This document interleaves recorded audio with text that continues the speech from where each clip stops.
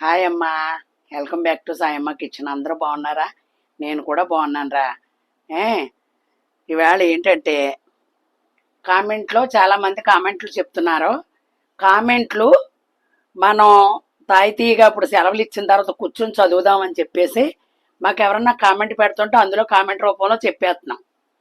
ఏమ్మా, కంద పులుసు పెట్టండి, కోడిగుడ్లు వేసి నాటు కంద పులుసు అన్నారు. మాది పశ్చిమ గోదావరి జిల్లా తణుకు పక్కన శివటం. మా ఏరియాకి కంద, పెండ్లం, చిలకడదుంప, తోటకూర ఫేమస్ మాకు. అమ్మా, ఏమన్నా ఫంక్షన్లకు కూడా అయ్యే వండుతూ ఉంటారు మాకు.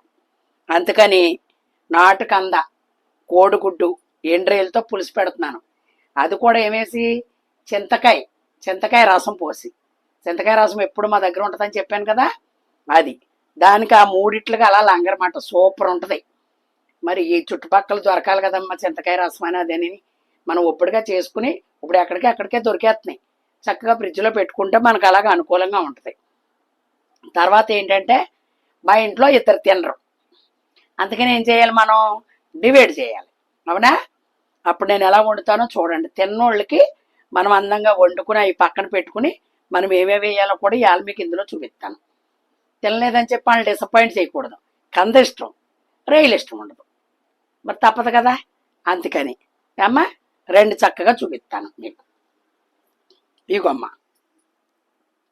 తీయకందంటే పెద్ద దుంప వచ్చి వేరేగా ఉంటుంది. అది ఇది నాటుకంద. నాటుకంద అంటే చుట్టూ పిలకల్లాగా వస్తాయి అన్నమాట ఇవి నాటుకంద.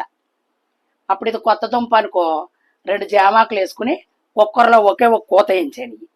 ఇంత పసుపు వేసి ఇంత సాల్ట్ వేసుకుని 4 జామాకులు తెచ్చుకుని వేసుకుని కడిగేసుకుని శుభ్రంగా ఒక్క కూత ఎదుగు చక్కగా ఉడికిపోయింది. ఉల్లిపాయ పులుసు అన్ని మగ్గకి అందులో దింపుకోవడమే. ఓకేనమ్మా? తీకంద వేరు, నాటుకంద వేరు. ఇప్పుడు మనం ఇందులో వేసుకునేది ఇదిగో ఉప్పు, పసుపు, కారం, ఇదిగో చింతకాయ గుజ్జు, ఉల్లిపాయ, పచ్చిమిరపకాయ, కరివేపాకు, కొత్తిమీర. అమ్మా, ఇగో ఎండ్రేలు.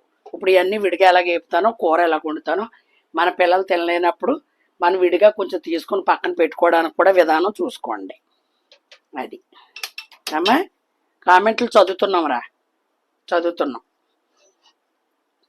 ఈ కాడిని చదువుతాం.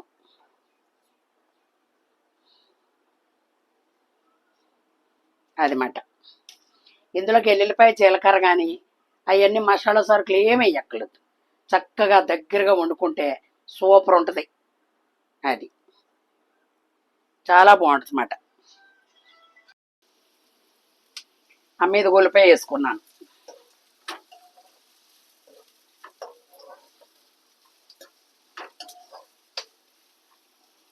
చింతపండు గుజ్జులోనమ్మా సవరుసుకి ఒక టమాటా కూడా వేసుకుంటారు ఇష్టపడేవాళ్ళు, ఒక వంకాయ కూడా వేసుకుంటారు.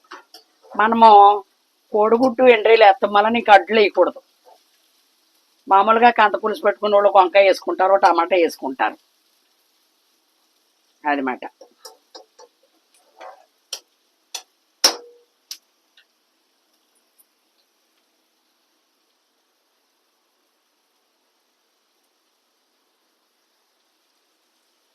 పసుపు వేస్తున్నాను కదా,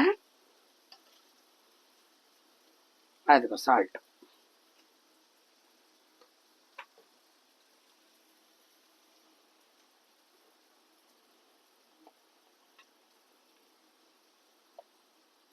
చింతకాయ కదా, కారం ఎక్కువ పడుతుంది కొంచెం. ఓకే.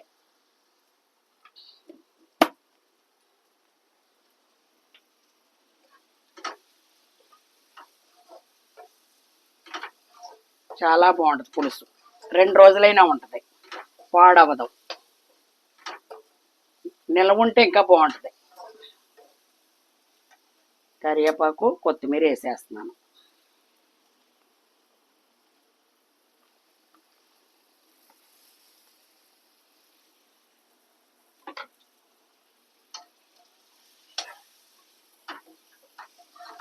సకాలం వచ్చేసింది కదమ్మా, వంటగదుల్లో ఆవిర్లు వచ్చేస్తున్నాయి. పిల్లల్ని ఎక్కడికి వెళ్ళనివ్వకండి అమ్మా, సెలవులు ఇచ్చేసారు కదా పిల్లలకి.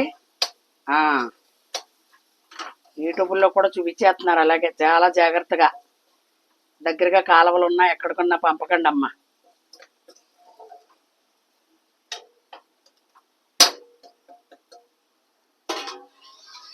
ఓకేనమ్మా, ఇది చూపిస్తాను మీకు.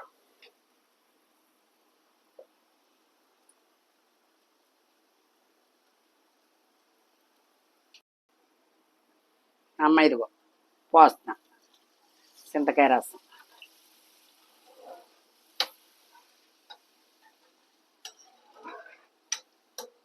ఆ చింతకాయ రసంతో పాటు కొన్ని నీళ్లు పోసుకోవాలి.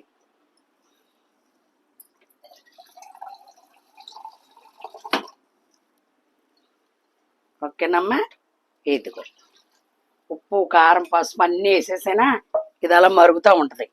ఆల్రెడీ బాయిల్ అయిపోయింది కదా కంద, అది ఒక పొంగు వచ్చిన తర్వాత అప్పుడు ఇందులో వేద్దాం. ఇప్పుడు ఇది ఏం చేస్తాం చూడండి. బాగా ఎండలు ముదిరిపోయి వంటగదిలో ఉండలేకపోతున్నాం. ఈ కానీ సాయంత్రం మాటలు పెట్టుకోవాలా షూట్ అని చూస్తున్నాను. సాయంత్రం అనుకో మేము వండుకునే మీకు చూపిస్తున్నామమ్మా. పని కట్టుకుని చూపించేది ఏమీ లేదు. పొద్దున్న వంట అయిపోద్ది క్యారేజీకి, అది మళ్ళీ ఇది ఏమైనా సాయంత్రాన్ని పని చేస్తుంది కదా అని అలా మీకు చూపిస్తాం అన్నమాట. ఇదిగో కొద్దిగా పసుపు వేస్తా.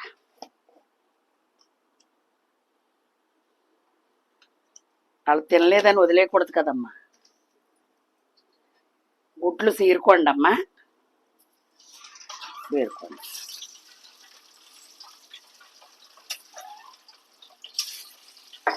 ఏ గరిటెకి ఆ గరిటె పెడతా మళ్ళీ.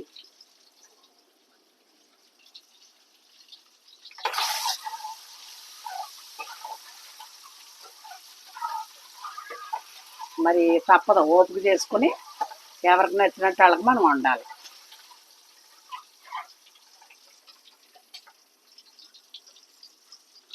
గుడ్లు అయిపోయేటప్పుడు కొంచెం దూరంగా ఉండండి, పేలుతున్నాయి. మనం ఎంత చాకుతో చీరుకున్నప్పటికీ పేలుతున్నాయి.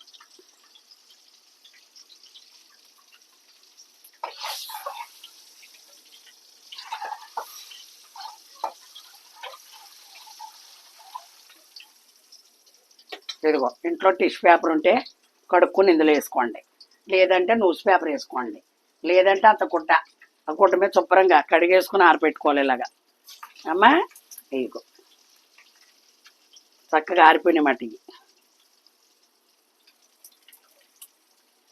దోరగా మాడకుండా సిమ్లో పెట్టుకుని కమ్మట అవసరం మనకు తెలిసిపోతుంది కదా రేయేప్పుడు. అది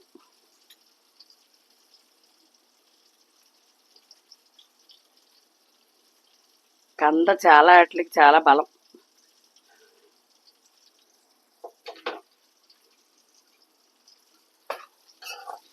ఇలాగే ఎగుతూ ఉంటాయి, ఇంకా గుడ్లు తీయక్కర్లేదు అన్నమాట. సిమ్లో పెడతా ఉంటే అలాగే ఎగుతూ ఉంటాయి, దాంతో పని లేదు మనకి. దీనిలా పెడదాం. ముట్టుకోకూడదు అన్నప్పుడు ఇంక ముట్టుకోకూడదు కదమ్మా.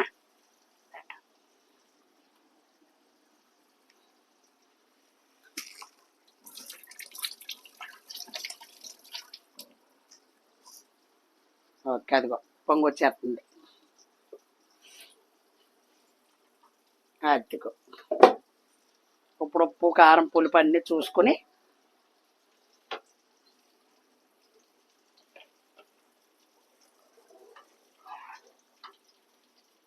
చింతకాయ ఆ ఫ్లేవర్ వేరు, ఆ స్మెల్ వేరు, చక్కటి స్మెల్ వస్తుంది. చక్కగా మరుగుతూ ఉంటే పులుసు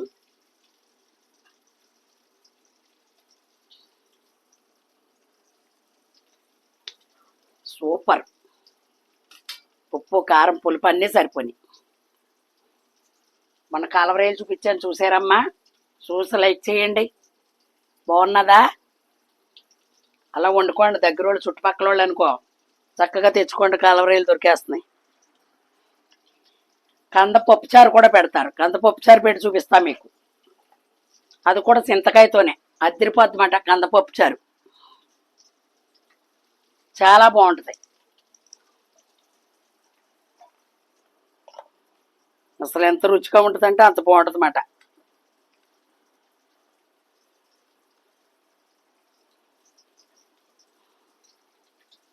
కందపప్పు చారు పెట్టి కూడా మీకు చూపిస్తా. ఓకేనమ్మా, ఇదిగో మరుగుతుంది కదా. వేసేస్తున్నాను. ఒక్క కోతకే ఉడిపోయింది. ఉడకదనుకున్నాను అసలు నేను. ఇదంటే కొంచెం దురదగా ఉంటుంది నాటుకంది, అందుకని జామాకేసి ఉడకపెట్టి అనమాట.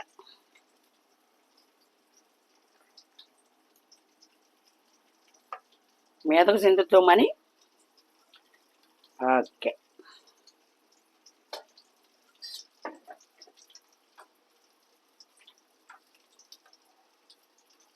చూడమ్మా. అది మనం వండుకునే విధానాన్ని బట్టి ఎన్ని రకాలుగానో మలుచుకోవచ్చు మనం. ఇప్పుడు దీన్ని ఒక 2 పొంగులు రానిస్తే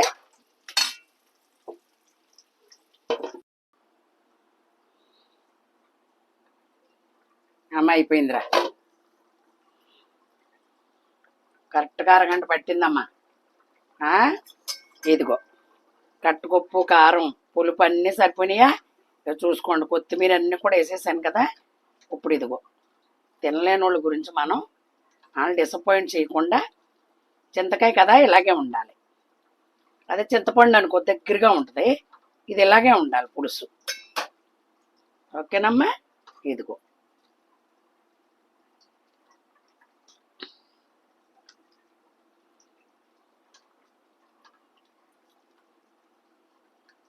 ఓకే, ఇదిగో చాలా వాళ్ళకి అమ్మా. ఇదిగో ఇప్పుడు చూడమ్మా, ఎమ్మి ఎమ్మి, సూపర్ సూపర్. తిన్నవాళ్ళకి ఆనందం, అవును కదా. ఇదిగో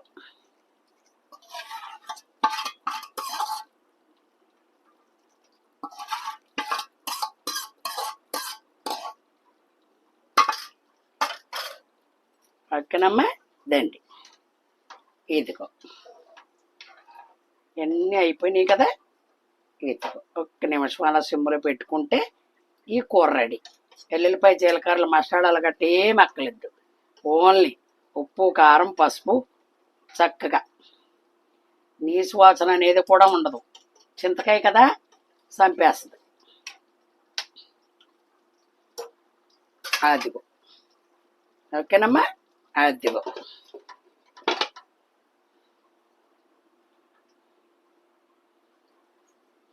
మరి ఇలా చేసుకుని చక్కగా వండుకుంటారని మనస్ఫూర్తిగా కోరుకుంటున్నాను. ఇది ఎంతమందికి ఇష్టమో ఈ కూర కామెంట్ రూపంలో తెలపాలి. మరి మీరు తెలిపితేనే కదా నాకు ఆనందం.